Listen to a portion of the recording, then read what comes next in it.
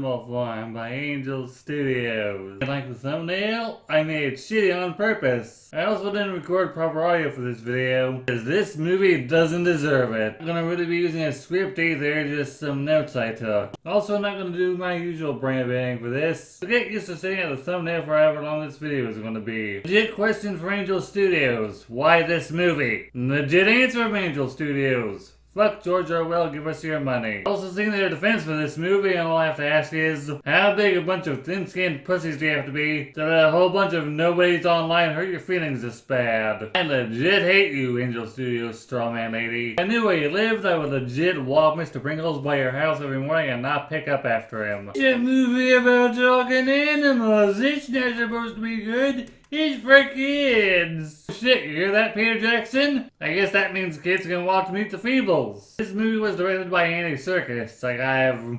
fuck. In the first few seconds of the video, there was my monetization.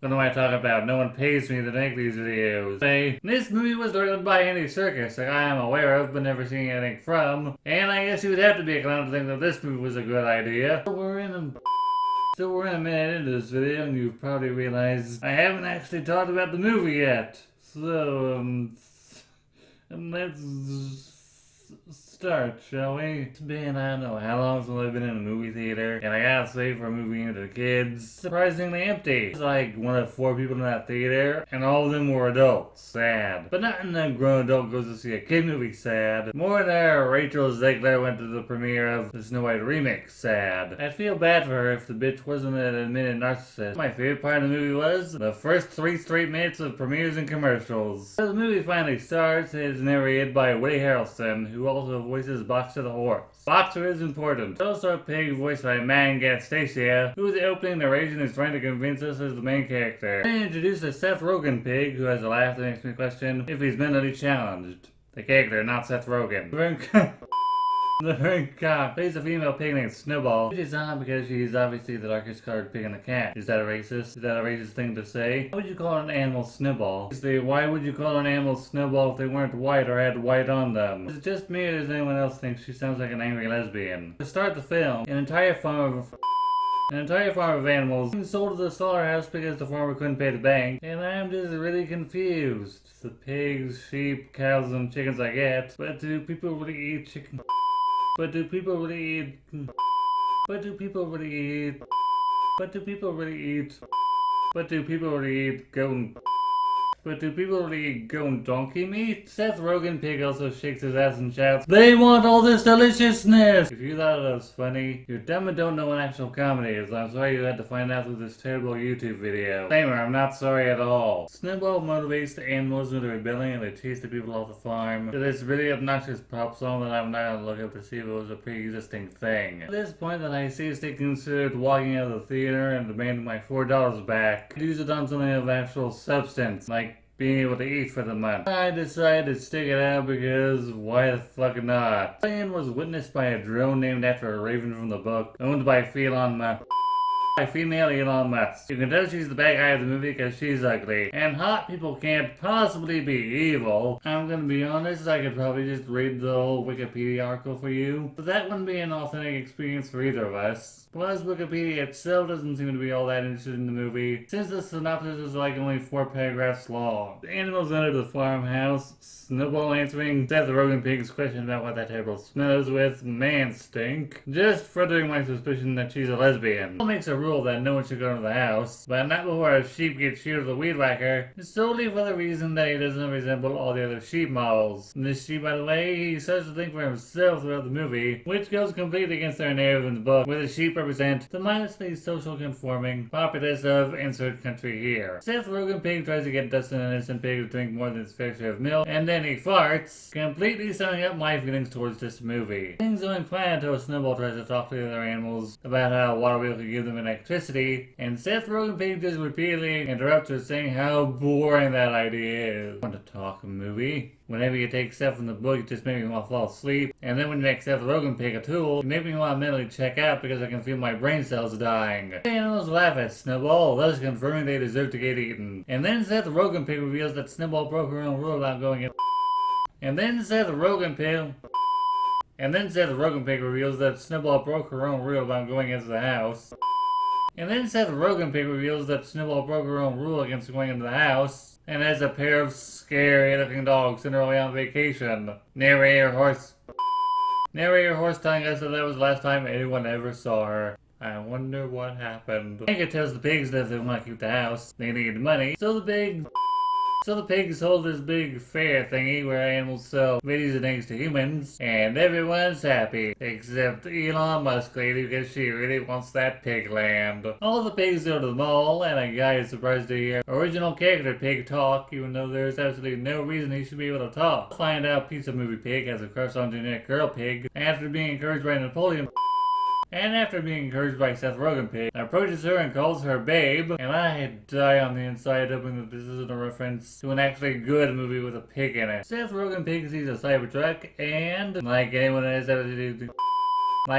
has absolutely no knowledge of cars, he immediately wants one. I know absolutely nothing about cars, but even I can tell you that these cars are But even I can tell you that Cybertrucks are pretty much death traps that look like they were designed by a try-hard cool kid. Saw one person drive one of my Canning last year, so bravo to everyone in my state who is too smart to buy one. Then Seth Rogen Pig notices that humans are making fun of him, and he gets his feelings hurt. He runs out of the mall crying like the little bitch he is with all the little pigs following. And they learn that they can't actually use all the new stuff they bought unless they have electricity, so they decide to build the water wheel, and we get more obnoxious music! While Narrator Horse tells us that after that night, all animals were no longer equal. Thank you, Narrator Horse. Your audience of children is clearly too stupid to tell via the visual cues. Wait, didn't that defense video say that middle school is a Red Animal Farm? And isn't the rank for this film 11 and up? Wow. So, Andy Serkis so lame doesn't really seem to think that kids are all that smart, does he?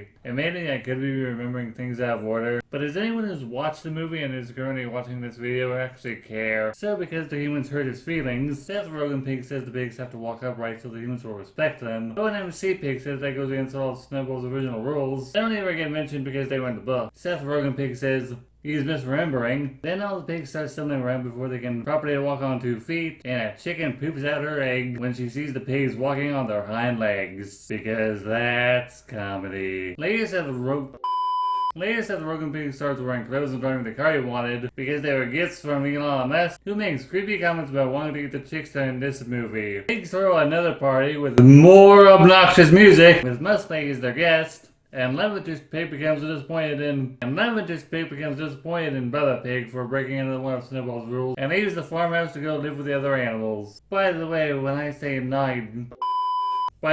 this movie says naughty juice, we all understand the meaning alcohol, right? I feel like we need a keg of it to get through this movie. Then one of the pigs drives Seth Rogen's pig into the pool. I bring this up for no plot relevant reason, but because it was in the first trailer. Trans Mouse also turns to Seth Rogen Pig and says, I could crush you. Which he says, I know. Now you think this movie is set for some kind of betrayal, but it never happens, so why is the scene here? The times don't last though, since the money's run out, and Toady Pig, who I haven't mentioned because Seth Rogen Pig keeps telling him to shut up and quit trying to be a main character, says, maybe we should sell some of the animals. And when Michael Pig says they can't do that, Wayne Bitch Pig says, hey man, I was just kidding, geez, like I would never do something like that. So Seth Rogen Pig and Bitch Pig go to figure out how to make more money, and she suggests that they go into business together and build a dam on the farm. And the whole time she's going, I'm so delightfully, obviously evil. Come on, Pig, don't you want to be evil with me? And Seth Rogen Pig, who now calls himself Napopo, now I can finally call him different nicknames, says, you know what, I think I do. So Miss Forehead and Napopo, oh no he didn't, girlfriend. Start tearing up the field with machines, but then one of the multiple guys in hazmat suits I just realized was also there at the start of the movie starts getting crushed by one of the machines. So Harrelson Horse puts everything he has into the machine off the guy and ends up breaking one of his legs. So Bitch Pig has Boxer taken away to the glue factory because, say it with me, that's what happened in the book. Patch Pig runs to Peppermint for runs the Puppet Emperor Pig to bring Boxer back because he was friends with Harrelson Horse. But Nepo go with the flow bro, says Boxer is already helping preschoolers piece stuff together. Feels like he's going to sell off the rest of the animals too because they're no longer needed. All the bad pigs in AE start laughing, and we get easily the worst visual effects in an animated film this year, with the pigs becoming people and the people becoming pigs. Citizens Pig then realizes that Seth Rogen Pig has been a bad guy this whole time! Woo! And he runs away before he can make it his breakfast sausages by the dog's return to the movie for the last act. The movie then cuts away to 3 baby animals, and a baby pig asks if that is the end of the story. Only for I'm seriously running out of nicknames to call him Pig to say, nah, and continue the narration. As if Harrelson Pig was there, even though he's dead, and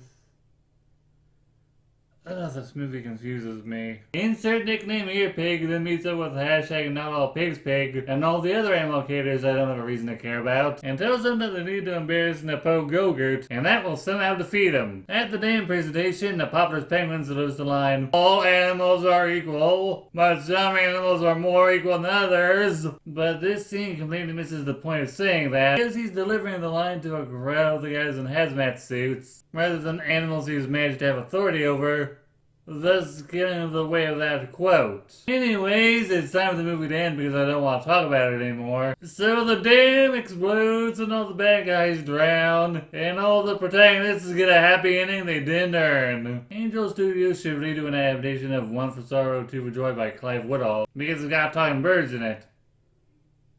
Talking birds that commit genocide and rape.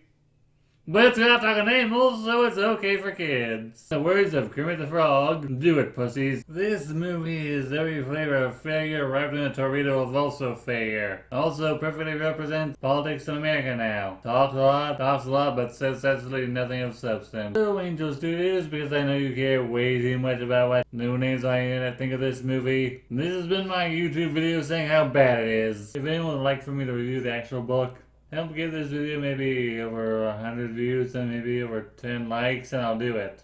Now I'm gonna lay down and wait for my brain cells to grow back, because this movie makes my brain stupid.